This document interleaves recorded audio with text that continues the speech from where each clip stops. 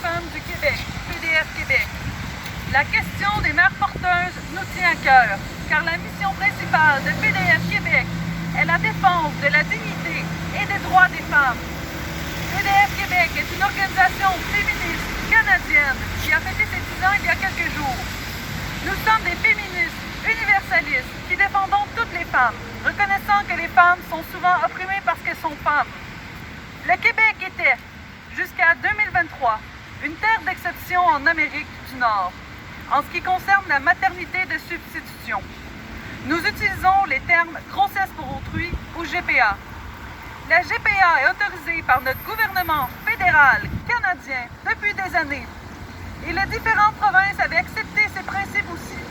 Mais au Québec, un article de loi interdisait les contrats de GPA. L'article 541 du Code civil disait « Toute convention par laquelle une femme s'engage à procréer ou à porter un enfant pour le compte d'autrui est nulle de nullité absolue. » L'industrie de la GPA, alliée au groupe de pression de clients de la GPA, a fait du lobby intense auprès du gouvernement québécois pour effacer cet article de loi. En ceci, ils sont aidés par la voix puissante des médias. Les médias québécois ne racontent que des histoires des couples populaires ayant choisi la GPA plutôt que l'adoption. Ils ignorent totalement le commerce international de la GPA qui vaut des milliards de dollars et qui, au Québec, rémunère des mères porteuses, influenceuses sur les réseaux sociaux. Ces jeunes femmes font la promotion d'un soi-disant mode de vie très glamour des mères porteuses auprès d'un public de jeunes femmes influençables. Rares sont les médias qui vont voir la réalité des mères porteuses géorgiennes, ukrainiennes, colombiennes ou kenyanes.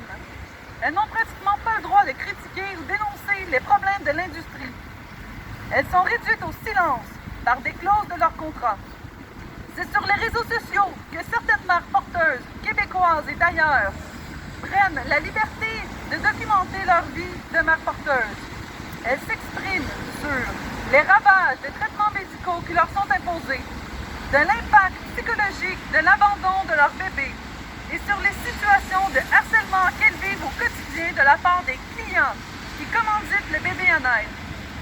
L'industrie transnationale de la GPA met de l'avant une gestation qui n'aurait rien à voir avec la maternité. Les liens entre le fœtus et la mère sont niés. Les psychologues des agences aident les femmes à se dissocier du bébé au mépris de toute considération pour leur santé psychologique et de l'effet de ces dissociations sur l'enfant à naître. Où est l'intérêt de l'enfant d'être séparé de sa mère à la naissance? Des recherches menées sur 200 000 enfants séparés de leur mère célibataire en Australie dans les années 50 à 80 font un constat de la souffrance vécue par les enfants brutalement privés de leur mère. Un enfant ne comprend pas un contrat, mais il ressent l'abandon. Pourquoi le marché de la GPA existe-t-il? La réponse réside dans le désir d'avoir des enfants qui ont un lien génétique avec le père. C'est en réalité une idée aussi vieille que le patriarcat. On désire des enfants pour assurer sa descendance.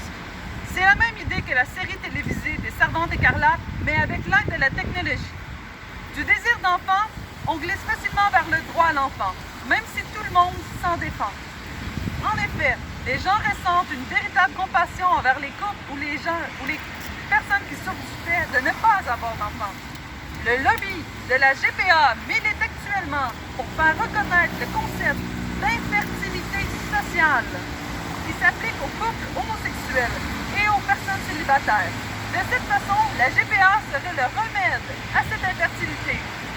Lorsque le gouvernement du Québec a voulu modifier le Code civil pour faciliter la filiation des enfants nés par GPA, il a prétendu le faire pour protéger les droits des enfants le droit des enfants et des mères porteuses.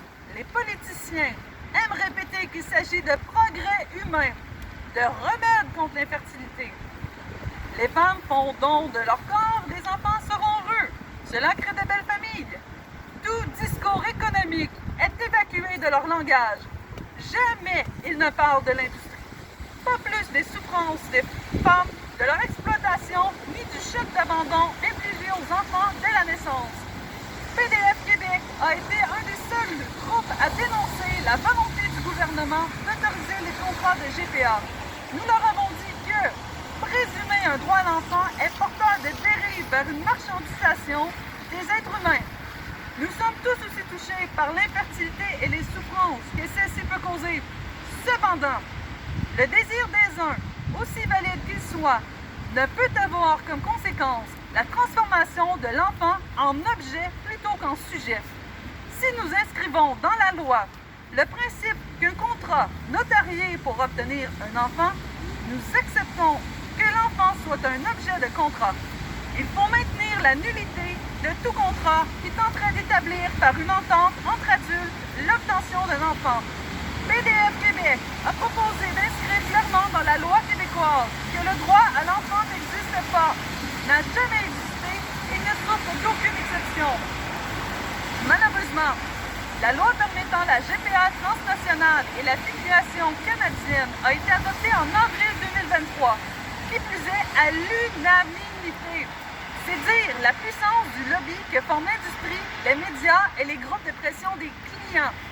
Au Québec, on a séparé des enfants de leurs parents dans les communautés autochtones pendant des années. L'Église a séparé les bébés de leurs filles-mères pour les donner à l'adoption.